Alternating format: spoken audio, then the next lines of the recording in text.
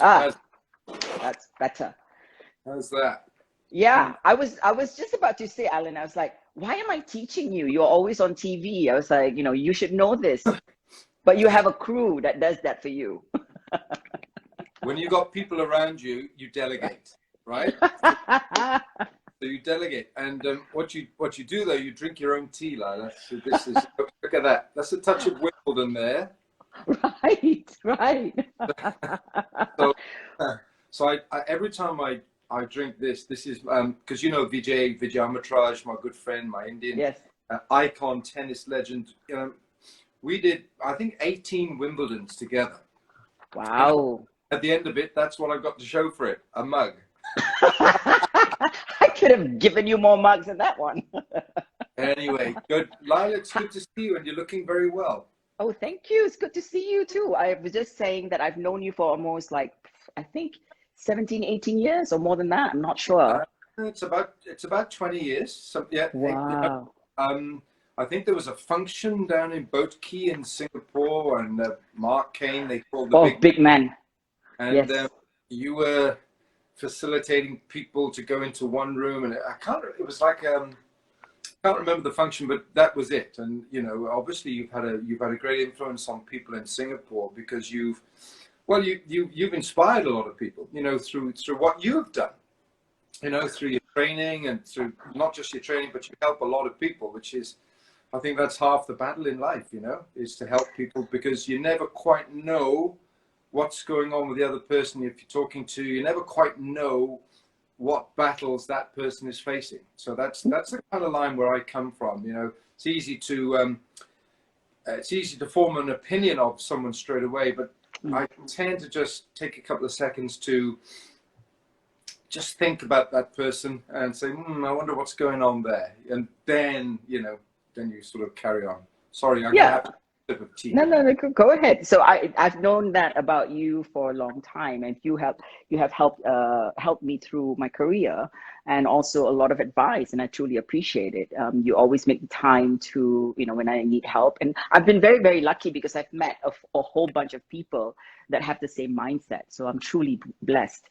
So it's really good to see you. I haven't seen you since you moved to back to Cardiff, right? I think. No. When did you move? When did you? August the 4th, 2015. And that's when the tax authorities of Singapore finally let me go. Oh my God.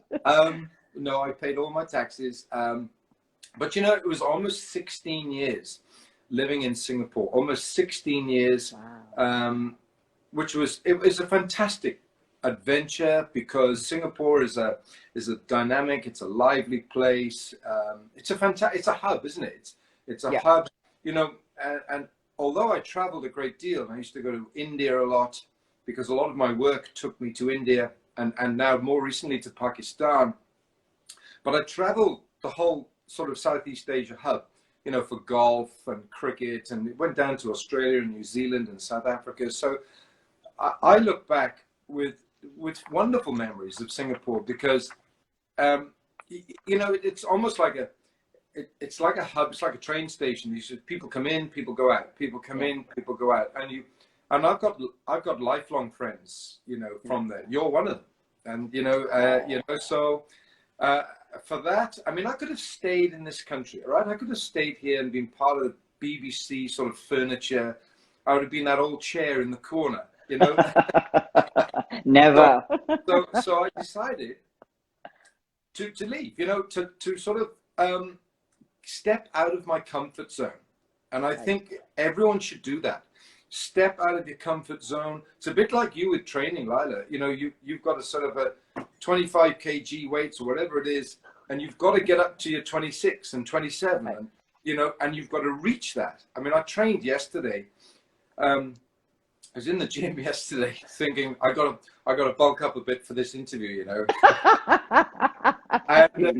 and because we've had the coronavirus lockdown, this restrictions, I've been out of the gym for 5 months, and getting back to it I could hardly lift a pen, a pencil. It was so. When I say you're out of your comfort zone, you get back into it, but I think you've got to experience a bit of discomfort. And I'm talking generally now about life. You know, it's not everything just falls into place. Sorry, my phone went off then. So not everything falls in place. You know, and that's why I think you've got to take the knocks. You've got to have those ups and those downs, and at the end of the day, at the end of when the sun goes down, it forms your character, doesn't it? That is where your strength comes from. I mean, there's a lot of downs and there's a lot of dips, but you've got to get back up. And you, more than anyone, know what I'm talking about. No, I don't, but thank you very much. But Alan, you know, like you are one of the most, by the way, let's go back to Mark Kane, who he used me to for that event. He didn't pay me. I just turned up. He said, I want to invite you for this event. So, and when I turned up, he goes like, okay, Binti, you go and help people. And I was like, what? So, and I have to do balloons and stuff like that. This was 20 years ago. He never paid you. He never paid you. He never. But, you know, but that's big man, right? But he didn't even tell me. I just showed up for an invitation. And then suddenly he goes like, well, I need you to just, you know, pump up all the balloons and make sure people sit. I was like, I thought I was invited for this event. So. Yeah, well, so did I. So anyway, so I think you should invoice Big Man now. Just, you know, Big Man Kane, care of, I don't know, he's in Thailand, I think he is. He's in Thailand, yes. Man. Yes. So I want... Has he gone dark? Has he gone a bit dark? No, but I can see you. Thank God you're lighter than I am. If my lights goes off, you can't see me. I only teeth. But Alan, you know, let's talk a little bit more about you. We want to get to know you a bit better.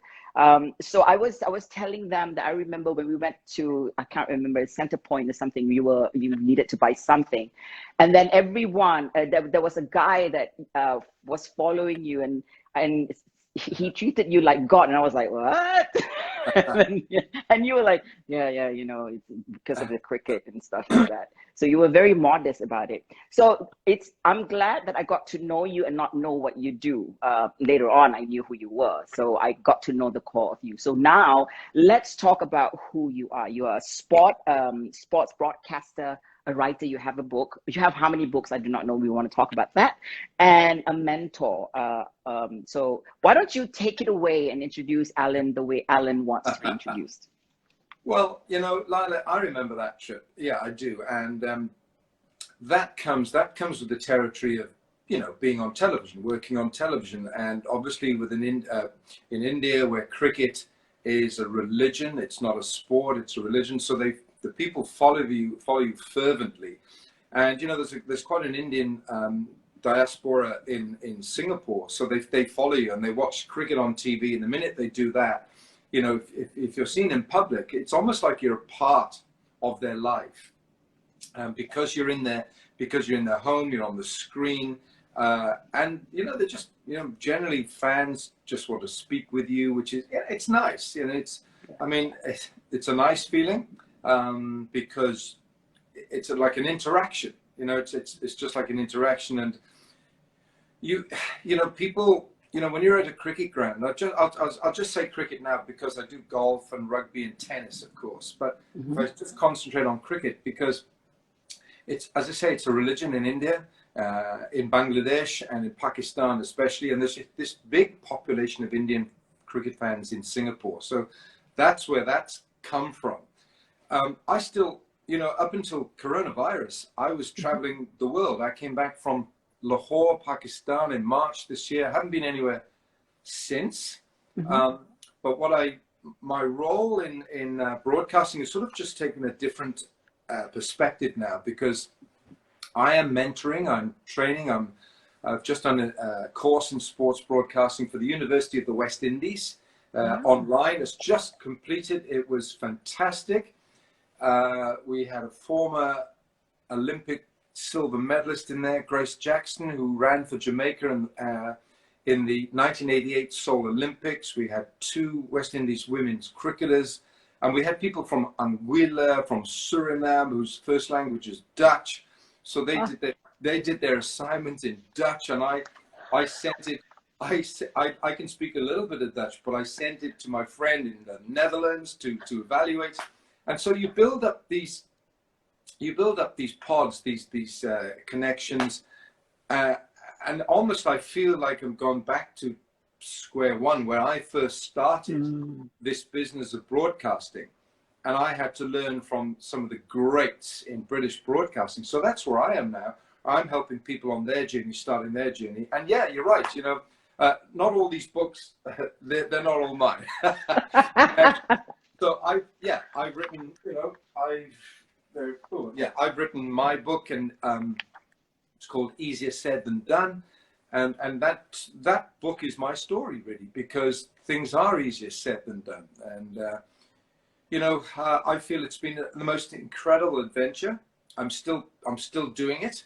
And the word retire doesn't come into my lexicon. You know, just, you know, retire. People say, are you going to retire? I said, no, I just keep working. Because, you know, if you're at a sports event, or if you're doing something with people, it's not kind of work. It's like interaction. It's helping. It's assisting. It's and you know, if you get paid for it, great. You know, that's, you know, right. So that's part of it. This journey in broadcasting, it's been not without incident. You know, I mean, you have personal clashes with people. You know, because not everyone sees the same, you know, the same picture, do they? You know, you have a difference of opinion, and you know, I keep working. It's always evolving.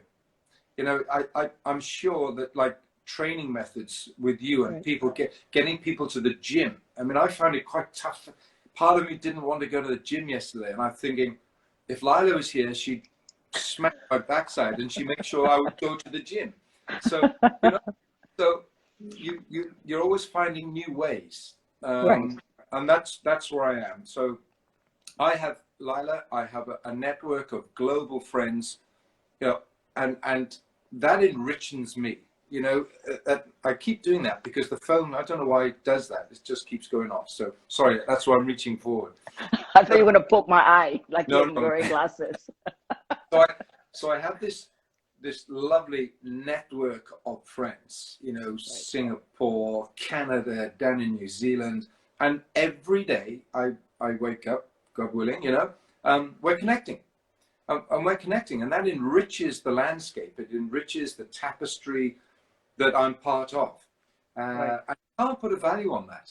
You know, you cannot put a value on a network of friends. And having said that, I kind of make friends with people reasonably easily, but I certainly, the bad ones, when I say bad ones, I find, if I find a negative aspect in a person, I won't necessarily develop that relationship. And I think that's important. I don't like negative people. I find that if somebody's banging on about things, yeah, look, these are challenging times.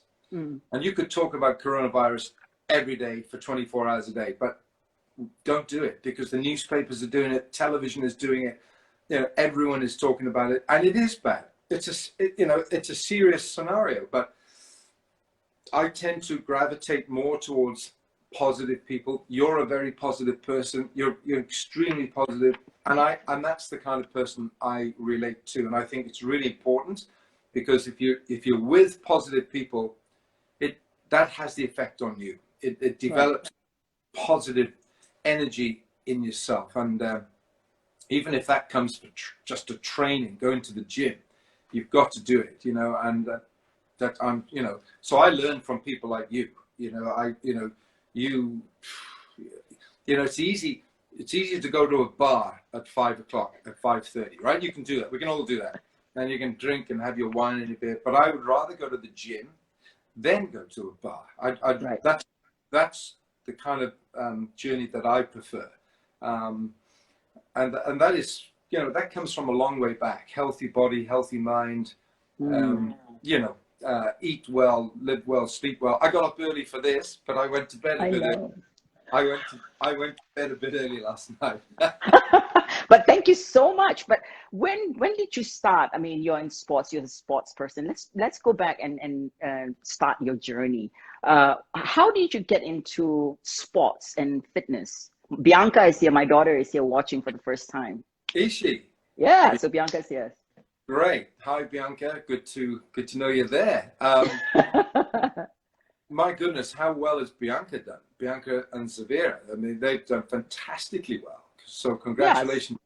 Yes. Congratulations. They don't ask me for money anymore. So they are like 24 and 26. I'm out. So you've been keeping in touch by direct debit, have you? So when I was young, my father played rugby and cricket. My father was a very decent sportsman.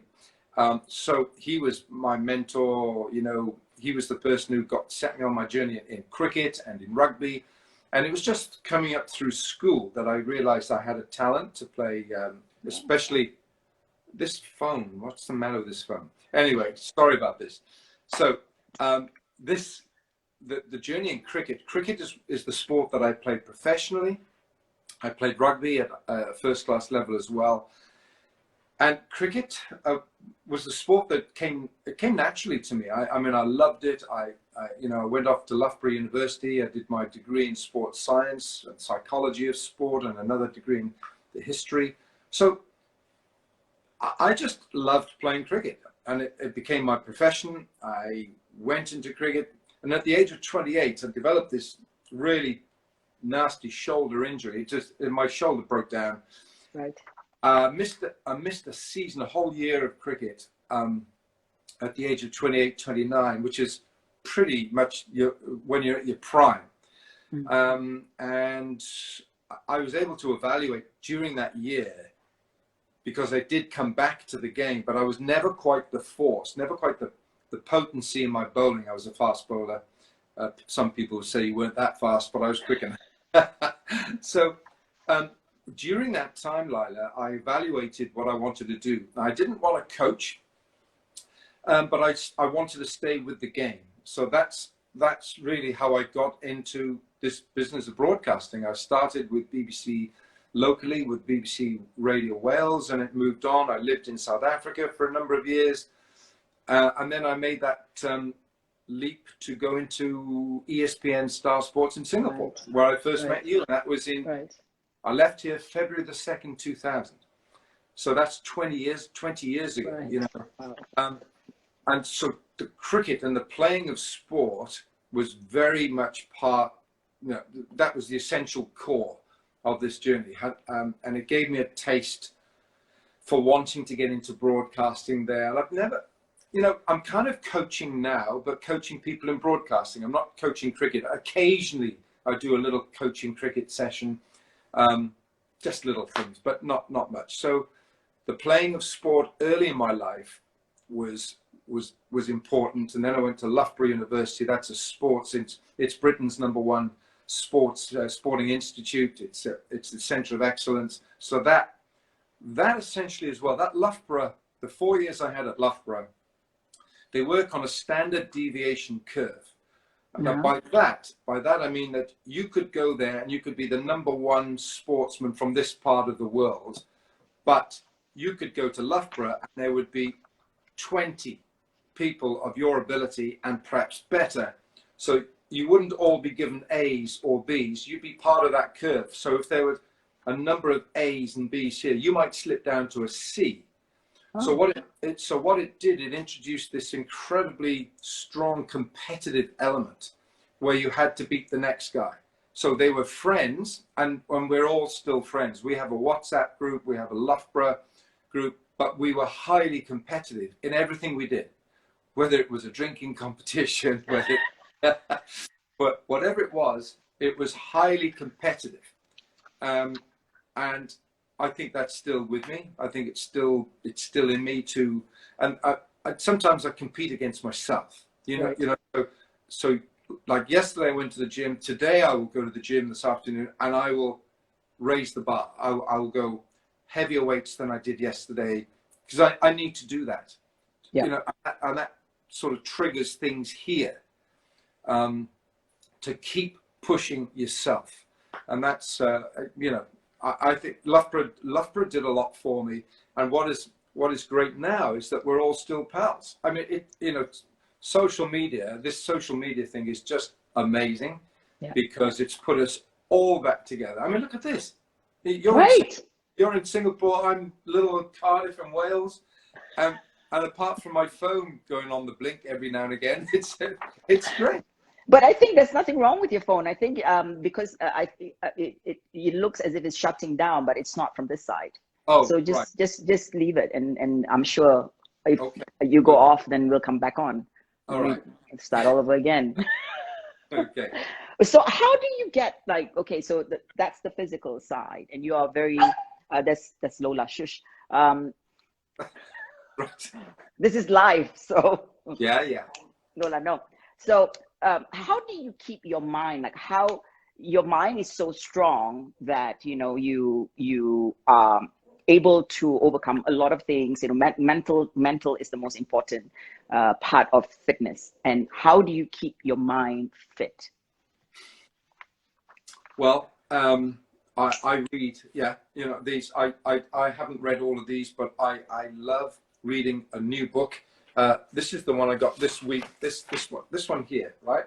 This is called Ride of Lifetime. Yeah, it's called The Ride of a Lifetime by Robert Iger, and he is the CEO and chairman of the Walt Disney company. So I'd heard about this book from England's cricket captain Owen Morgan, who won the World Cup. Owen I've known for a number of years, and he's read this book and he recommended it to me. So when people recommend a book to me, I read that. There's another book here somewhere called Shoe Dog by the CEO and founder of Nike. It's a brilliant read. It's a brilliant read. So I'm reading more and more about lessons in business, lessons in life. Robin Sharma is another one, Indian Canadian author, and he's brilliant about leadership. So I read a lot, read papers, keep current. I know people who don't read newspapers. I know people who don't keep up ahead with current events. So I feed my brain. And I probably get on people's nerves. Say if I meet in a coffee shop, for instance, like there was a friend I've met recently, he's an ex-policeman. And I'm talking to him about police work, and he's probably thinking, I only want to be here for a cup of coffee. And this guy's talking to me about police. But and just Wednesday night, I'm with a surgeon, and he replaces hips and knees, and I haven't had any of those, yet. And so I'm talking to him about his work. So having an inquiring mind, yes, having an inquiring mind where you find things out, ask questions, meet people, ask questions, find out from them. I mean, I would love to ask you about training. I mean, look at you. I mean, you look amazing. So I could say to you, where did your journey start with your gym routine and your weight training? So, things like that. I think what you do, you have an inquiring mind, you ask these questions and you put those answers and they go in there, and they form part of your tapestry, part of your thinking. And when I finish this book, I haven't started it yet, I've just read little bits. It's fantastic. It goes into your brain, and here's another one. I mean, I just, here's my little French book. Here's my little book of what things in French. Here's my little, look at that, talking golf. So it's always, that's me. I'm always compartmentalizing. I'm always inquiring, and that's important. And I wear my glasses now and again. Are people? Me too. Joining it? I know. I didn't know you wore glasses. Yes, of course. I can't see. Mike Ru says, how do I turn you from portrait to landscape? You can't, because we are doing landscape, so I can upload it on YouTube. Now, Mike Rihu is in Auckland. Mike is a former producer at ESPN Star Sports in Singapore. Mike is, he's a Kiwi. He is learning Maori, the language and the Maori culture. He's gone back to Auckland, and he and I worked together for many, many years. So, you know, that's one of those contacts that I'm talking about. So we're back in touch. I saw Mike earlier this year in Australia, because he works for the company. We put on it was the ICC Women's T20 World Cup. And so see what I mean? I mean, we're still in touch, and there's Mike on this program, which is incredible. he probably wants a fee at the end of it, so I don't know. I'm turning my head because I'm looking. I know. I'm sorry. No, So I want to. The other question I want to ask you: you are a great advocate for against animal cruelty and a lot of other stuff, right? Yeah. So I want to find out from you first before we talk about that. What is your definition of spirituality? Because, you know, some people are more religious, some people are, you know, not based on religion. What is yours? It's a really good question, and it's one that I don't know if I've ever been asked that before, to be honest. So, spirituality, I think it's almost like deeply private. It's something that's within, and you know,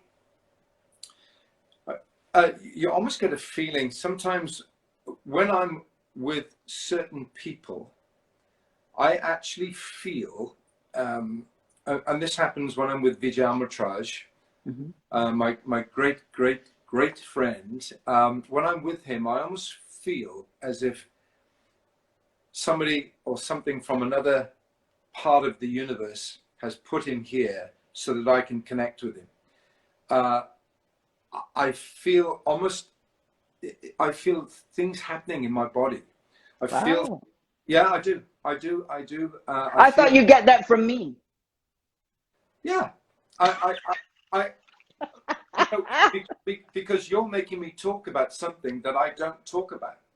I see. You know, so seriously, I've never been asked about my spirituality before. Spirituality, I think, it is seeing the good in people. I see a lot of bad in our world. There's a lot of bad in our world. The world is a very angry place. I get angry, Laila. Yeah. I get angry with what I see. I get angry if I see somebody being cruel to a dog, cruel to animals. You know, I get very, very angry with that. I deal with it. Sometimes not as well as I could. I'm not always that person who just sits back. I will have a say. I think the world is run at the moment by some very strange politicians, and we got very strange politics going on in the world. Don't get me going on East versus West and where I think this virus. Don't get me going on that. But I believe spirituality comes from knowing that you that you want to be in a good place mentally, physically, knowing that you can help others, and knowing that you surround yourself, or you keep yourself in touch with people who you know are good people. And I do that. And if I don't spend time, or I don't waste time on people who may be contacting me, because I know if somebody kind of wants something, I can see right through that. I think God's given me an intuition or an innate ability to read people, to see people. I used to read a lot about phrenology, the study of faces, you know, so to look at people, especially in my job, interviewing or being on television. And I'd make an assumption on some people. I'd say, okay, I'm not sure about that person, or I would. But as I said at the start of this chat, and what I've tried to develop now is don't make an immediate assessment of that person, because that person might be fighting personal battles that we don't know about. Okay, you know, somebody, you know, the marriage might have split up, they might have lost the house, might have lost a child, God forbid, whatever. So, you know, all that comes into the thinking. So spirituality is something where I think at the end, when you go to bed at night, you feel has your day been a good day? Has it been a bad day? You know, because I don't watch the clock, but actually wearing a watch is important to me, because I do look at time, and I think, have I wasted an hour? Have I wasted that time? I have to occupy my time. I had 45 minutes to an hour in the gym yesterday. To me, that's time well spent. So, and also, Laila, I keep a diary every year. Wow. Every day of my life, I record. I put down, and I've been doing that for over 30 years. So I write my thoughts down. And at any time, so if you said to me, what were you doing on August the 28th last year? I could tell you, because it's in, yeah. So how about that? Wow. Yeah, and this conversation will be in my diary today, and I can show you how, because the page is blank right now. Being forced to do an interview with Laila. Yeah. Got up early in the morning. So, and I think that's also a great thing to do, is to write things down. I'm a big person for here. These are notes. These are notes on this last week of things I've done or things I've got to do, and I put them down there. They're all on notes, and I deal with them. And say tonight, I'll go through these. I'll sift through them, and I find that writing something down, I mean, some people probably thinking I'm an absolute idiot, but I find that really does things for me in a positive way. Have I answered that about spirituality? Yeah, do you think so? Of course. So, I mean, for me, like, I know that you care about a lot of people, and you do a lot of good. Especially you are, like, we are going back to, you are a great spokesperson against animal cruelty. So let's get into that. So when did this begin? How did it begin? And what are your thoughts on it? What do you think that we can do better? How can we do better? Where do we start, Laila? I think, firstly, when I lived in South Africa, I used to go to the game reserves and see these beautiful, beautiful animals. You know, elephant, giraffe, lion, wildebeest, the water buffalo, all these gorgeous animals, and even the small ones. Excuse me, the antelope, the springbuck. And used to see them in all their glory, their natural habitat. And I think it's the trade in animal products. God, you know, it horrifies me. It horrifies me what we're doing to our planet, because humans, we are a complete waste of time. Human beings. What are we doing? We're killing the animal kingdom. What have they done to us? All right, they've eaten one or two of us, but I mean, that's they have to eat. But why do we kill rhino? Why do we, we destroying the animal kingdom? For what? Because some parts of the world believe that a rhino horn is some sort of aphrodisiac. I mean, come on. Yeah. You know, we're killing these beautiful little things, pangolins, and you read about these thousands of tons of pangolin scales going through places like Singapore. I mean, of all places. But you know, it upsets me beyond. Yes, and I'm always donating, and I'm always part of some movement, and I wish I could do more. I wish that I could have some kind of power to stop it all like this, but it's not going to happen, because these guys are sophisticated. You know, they poison the water where these elephants drink from, and 50, 100, 200 elephants will die in the morning. What are we doing?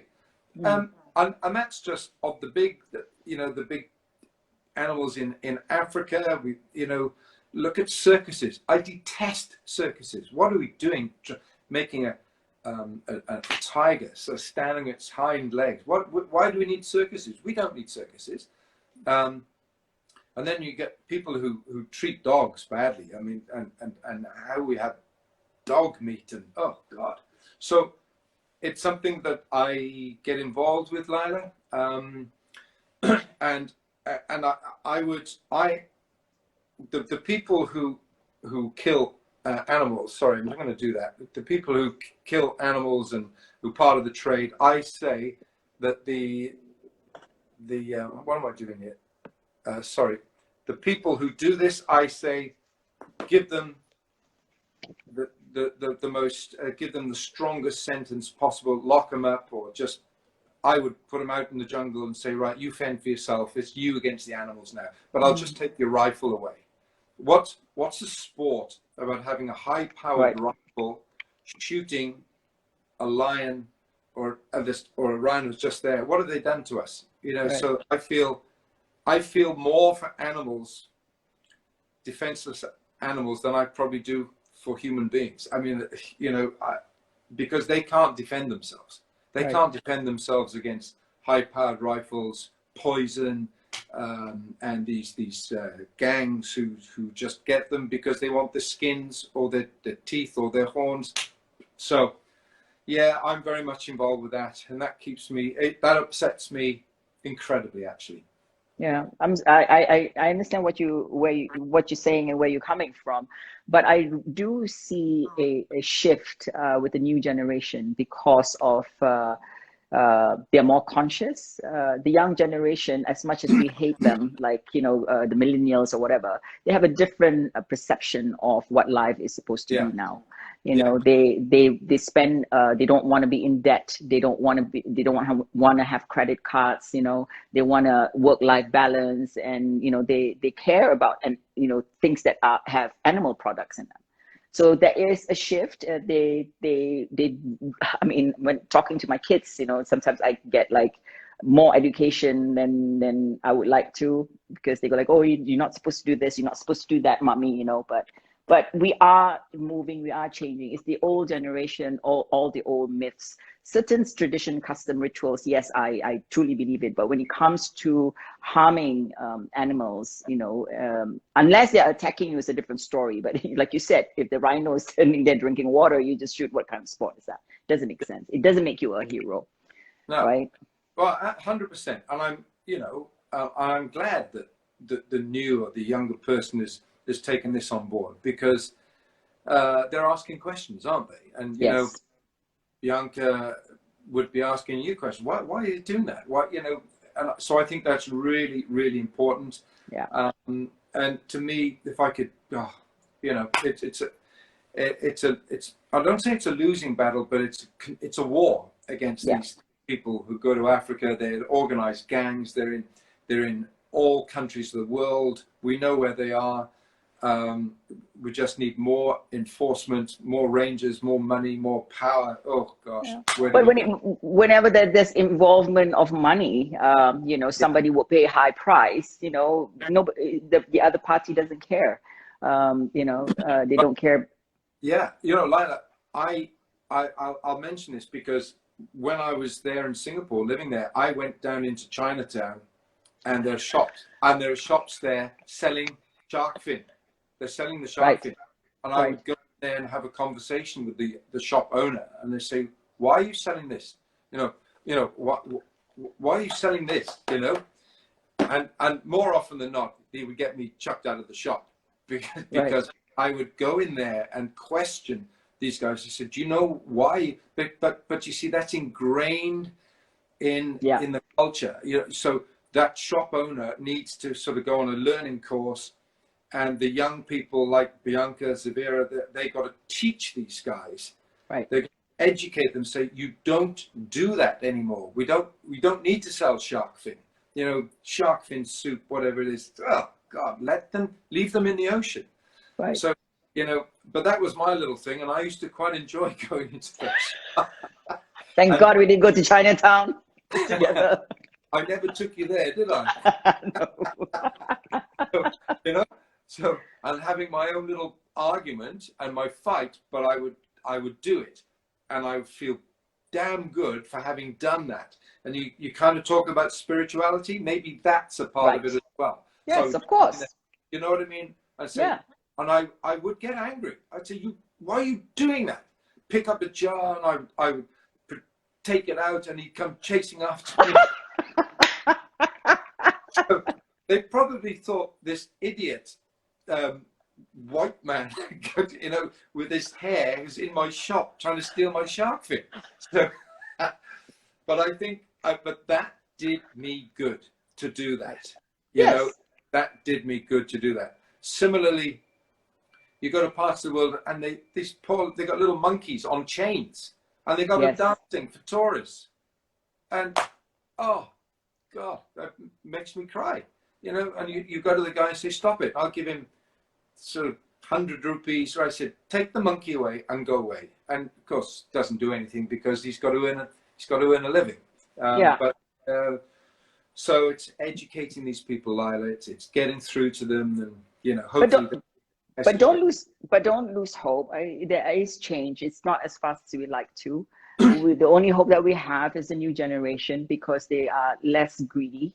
They want balance. They want to see, you know, even with race, they don't really care. It's us, that my generation, our generation, and my parents' generation. We are the ones that cares about race.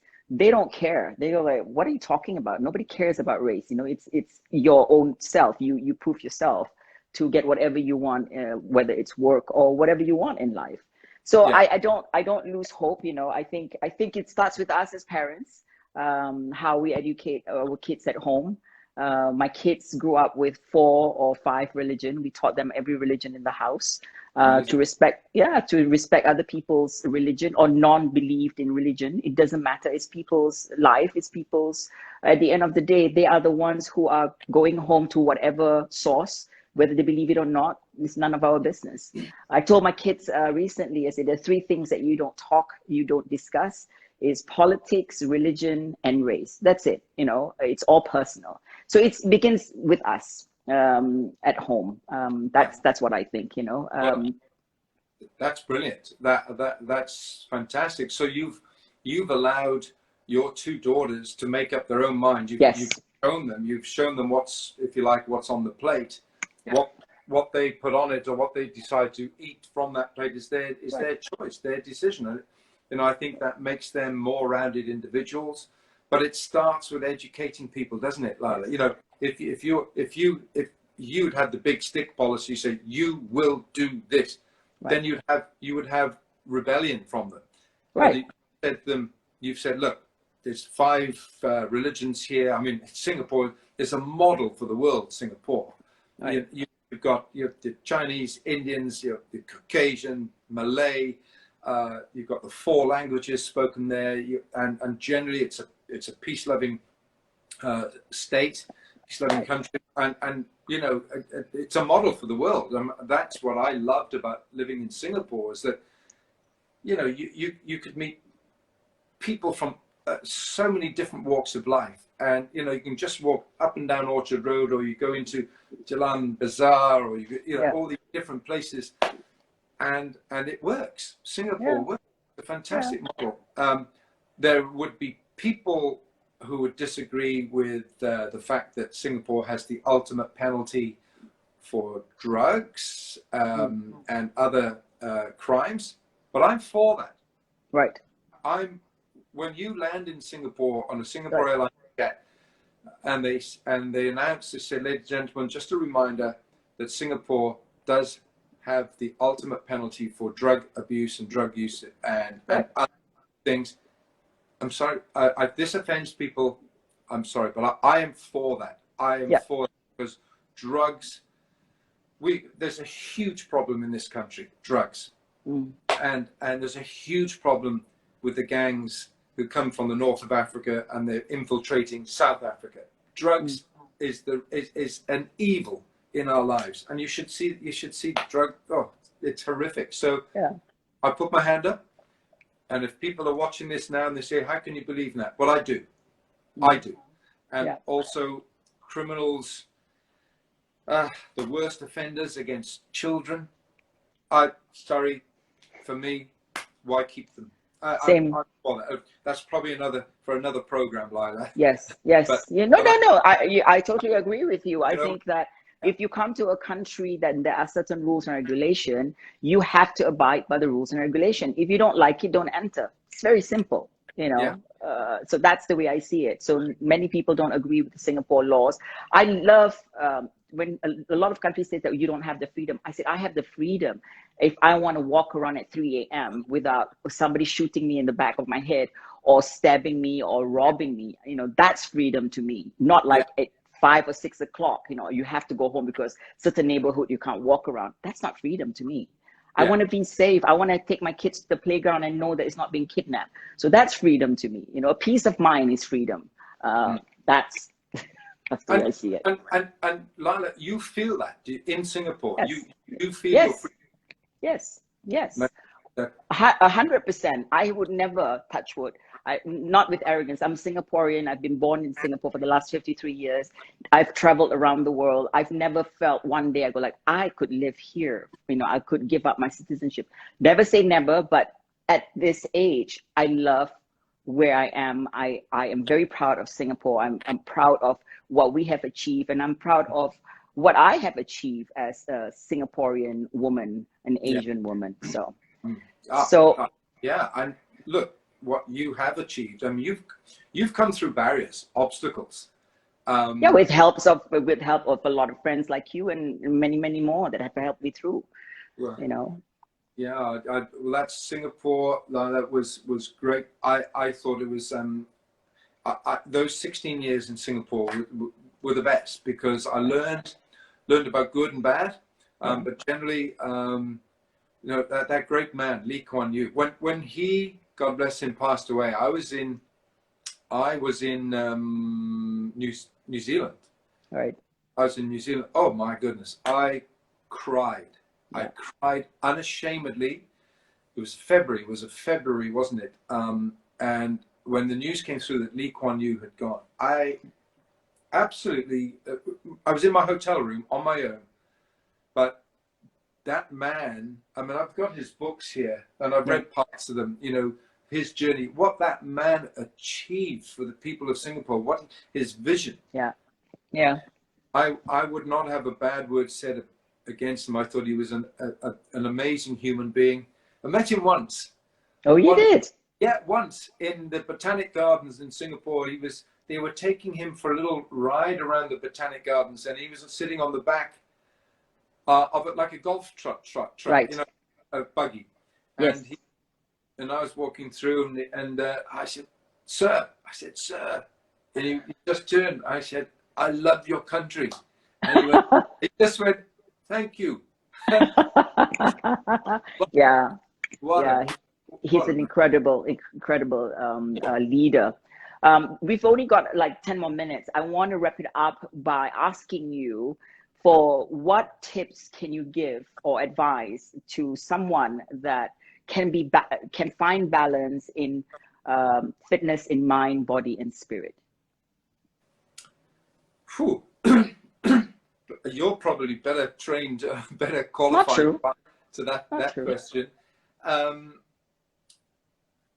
I think, you know, we've touched upon this. I think finding out about things, reading, developing your brain, developing your mind, inquiring about different things in life. We've got all the tools at our disposal. Yes. We've got Google. This thing, Google. I mean, you just type something in and it's there. So you find out. If you're not sure about something, or if you're not sure about a movement or a branch of politics or a country, find out about it. Mentally prepare. I think mentally prepare. If you're mentally prepared, you can't just go to the gym and build muscles. You have to have the mental process first, then put your brain to engage the gear in your brain to say, I'm going to go to the gym now. Why am I going to the gym? It's because I don't like the way I feel. Don't like this. I've got to improve. So I think when I say healthy body, healthy mind, I think you can say it the other way around as well. Healthy mind, healthy body. You know, it's a sort of a catch-22. I try to encourage my brother. You know, yes, Howard. you know, he wouldn't go near a gym, and he'd drive past it. You know, so I try and get him to do that. It's difficult. He's got a few ailments and things, and I know that not everyone can go to a gym. But you know, we've got parks here during this coronavirus. You know, we've been for walks. You know, go and smell the air, smell the coffee. You know what I mean? You can go out, you can do something. So I think every day the sun comes up, then the sun goes down, and for some, the sun won't come up the next morning. And I think you've always got to tell yourself, there's always somebody worse off. There's always somebody who's worse off than you. I'm probably my worst enemy in the sense that, yeah, I complain. Oh, I got an ache, I got this, but hang on a minute. You see that guy over there? You know, he's in a wheelchair. Or do you see that person there? And, you know, they've got some sort of disability. So I think there's always somebody worse off. I think what you've got to do is try and improve your own lot. Inquire, healthy brain, you know, healthy brain, do something for yourself. And, you know, and that can help the next person.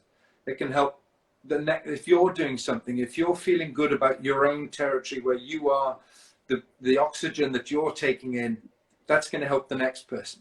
But if you're being a bit slovenly about yourself, you haven't quite, you know, you're not bothered. I mean, I shaved this morning. I put the cream on, and I could have not done that, but I wouldn't have felt prepared for this conversation with you. So I wanted to do that.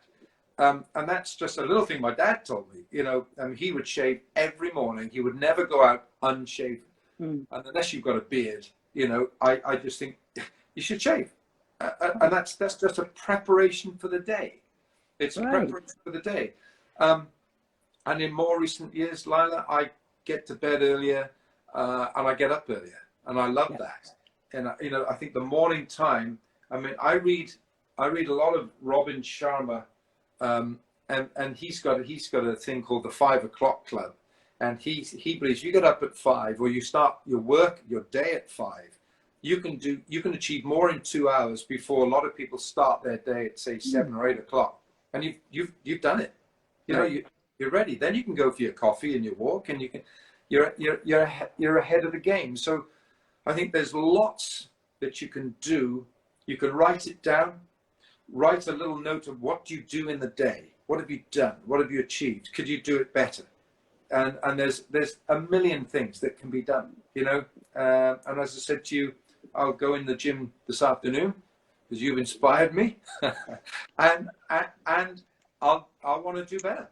I want to increase those weights, and I want to just feel good about the weekend that's coming up. You know, mentally prepare for it.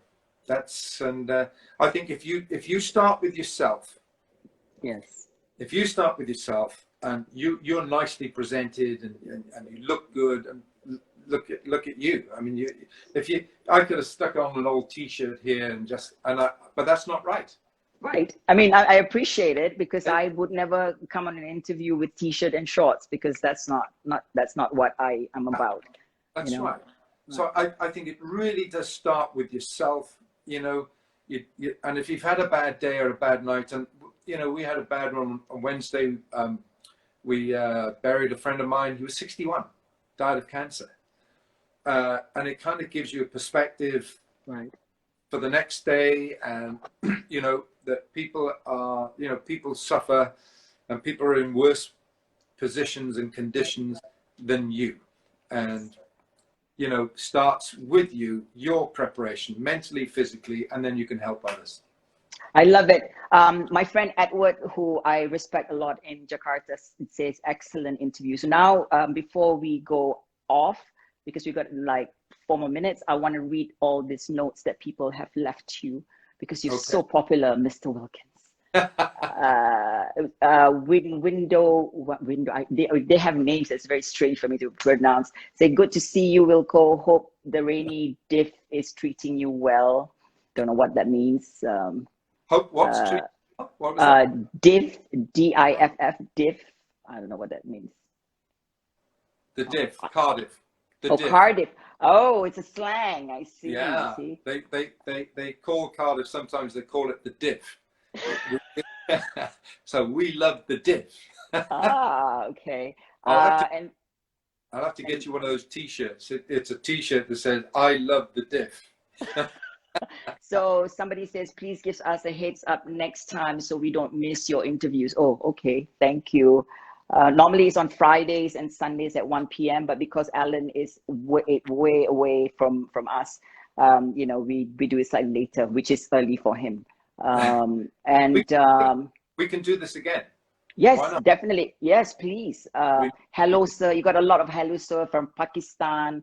You know, and it's really a pleasure hearing you, Mr. Wilkins, as always. Great interview, guys. Enjoyed that. Got to run. Speak soon, Wilco. That's win. And good morning. Happy to see you. Hello, Miss Queen. I don't know what that means. Okay, Miss Queen, it's either you or me. So you see, look, this has been time well spent, and we've occupied an hour, and that's another thing, you know, is using the right words. I could have said, oh, we've used up an hour. No, we haven't used up an hour. We've occupied an hour of great time here, great conversation. And if people have listened and picked up the occasional little tip, it's important. Language is important. Language is important. Use the right words, the right conversation, the right vocabulary. I've enjoyed this, and we must do it. Me too. Please, please. Thank you so much. This is where we sign off, and you have a great day ahead. If you need any help with your training, because when you said, well, Laila, you know, I have this shoulder. Like, how can you do this? Let me know. Thanks, Alan. I hope to see you soon, and stay safe, and always, you know, believe in what you believe in, and don't go to Chinatown anymore. Thanks, Laila. Love you, and really enjoyed that. Love you. Take care. Thank you. See you. Bye. Bye-bye. Bye.